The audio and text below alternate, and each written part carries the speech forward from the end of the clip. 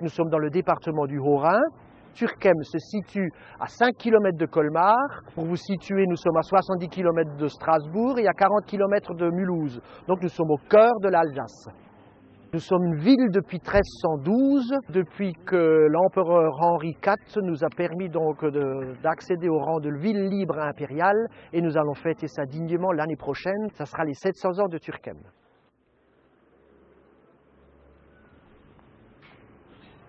Les armoiries de Turckheim, c'est donc une porte qui rappelle la ville fortifiée de Turckheim, puisqu'il y a 3 portes qui existent toujours et encore.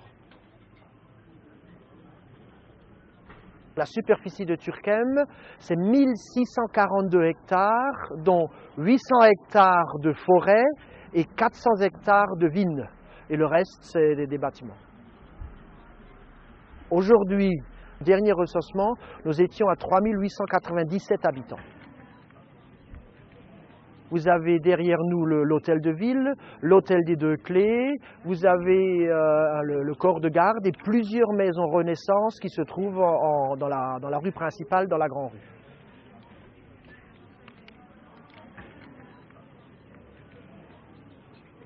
Notre génération, nous sommes allés à l'école et nous ne connaissions pas un mot de français, nous avions appris que l'alsacien avec nos grands-parents, avec nos parents, et c'est vrai que ça se perd un peu, mais toujours est-il qu'au jour d'aujourd'hui, il y a des cours d'alsacien, c'est quand même quelque chose qu'on voudrait essayer de perdurer.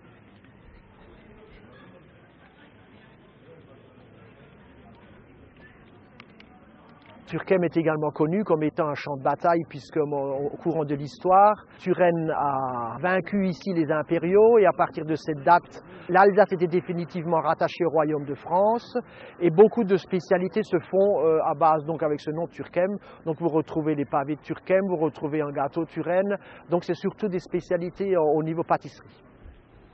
Nous nous faisons un plaisir, surtout quand nous avons des invités, de vous faire goûter un excellent Kuhglopf que nos épouses savent faire très bien, puisque c'est leur mère ou voire leur grand-mère qui leur apprend de génération en génération comment faire un bon Kuhglopf.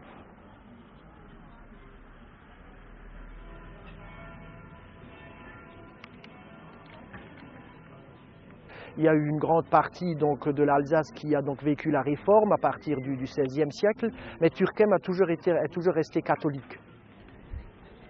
L'ancienne église romane a été détruite. Cette ancienne église date donc déjà du IXe siècle et qui de tout temps, ça a été dédié à la religion catholique.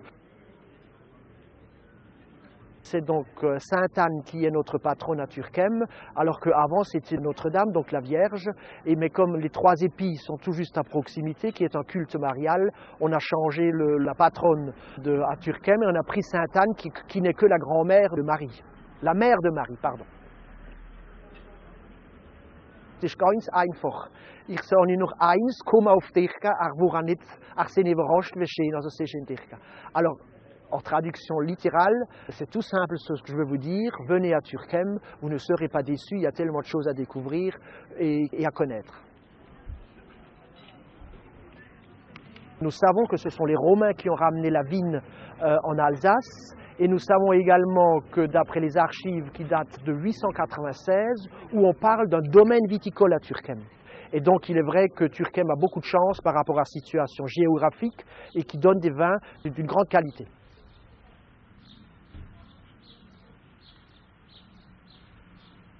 Nous avons grosso modo, comme dit, 400 hectares de vignes. Nous sommes à peu près entre 170 viticulteurs qui faisons une déclaration de récolte, mais majoritairement ces viticulteurs sont à la cave de Turckheim et nous avons 8 manipulants encore à Turckheim. La majorité de ces vignes sont situées donc dans les coteaux, d'où notre fameux Grand Cru Brand, qui est classé Grand Cru d'Alsace. Les anciens ont toujours cultivé beaucoup de Gewürztraminer à Turckheim. Alors ça, c'est une raison très précise, parce que les vignes situées en plaine sont sur des terres caillouteuses et sablonneuses, donc les anciens cônes de déjection de la vallée de Münster, où le Gewürz réussit très bien, parce que le Gewürz, c'est un de ces cépages qui souffre moins de sécheresse en cas de grosse chaleur. Pour mesurer le sucre qu'il y a dans le raisin, on utilise ce qu'on appelle le réfractomètre. 3 semaines avant les vendanges, on commence donc à faire ce qu'on appelle des comptages et donc on prend à peu près une 50aine de baies qu'on écrase et donc le jus qu'on met sur ce réfractomètre nous indique le degré d'alcool probable. C'est une opération qu'on fait assez régulièrement pour connaître la date optimum des vendanges.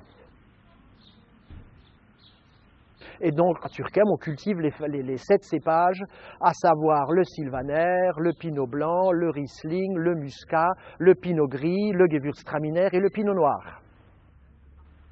Vous avez déjà remarqué que le rosier, c'est celui-là qui est le plus sensible à l'oïdium. Or, on sait pertinemment que si le rosier est atteint d'oïdium, il faut à tout prix aller traiter la vigne. Donc, avant qu'il y ait des techniciens qui nous disent quand il faut y aller, c'est un signe naturel pour dire si la maladie a besoin d'être soignée. Nous sommes la seule commune en Alsace, voire même en France, d'avoir encore un veilleur de nuit. Ce veilleur de nuit fait sa ronde tous les soirs à partir de 22 h devant le corps de garde. Il fait le tour donc de la vieille ville où il souhaite aux habitants de Turckheim une bonne nuit. Le veilleur de nuit, il est tout juste à côté de moi.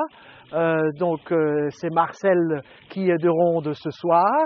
C'est une tradition qui a été reprise depuis plus de 50 ans, mais qui à l'origine était une fonction municipale, puisque comme vous l'avez vu, cette cité médiévale fermée avec ses portes et avec ses tours, fallait quand même que quelqu'un la surveille. Donc le premier rôle de ces veilleurs de nuit était surtout de surveiller tout ce qui était par rapport au feu, tout ce qui était sécurité. Donc c'était plus ou moins le premier gendarme de l'époque. Et donc au début de la guerre, cette fonction a disparu et c'est par la suite donc que la Société d'Histoire a repris cette tradition, sachant que les habitants de Turckheim sont très très attachés à ce veilleur de nuit puisque chaque soir, on ne s'endort pas avant d'avoir entendu le veilleur de nuit.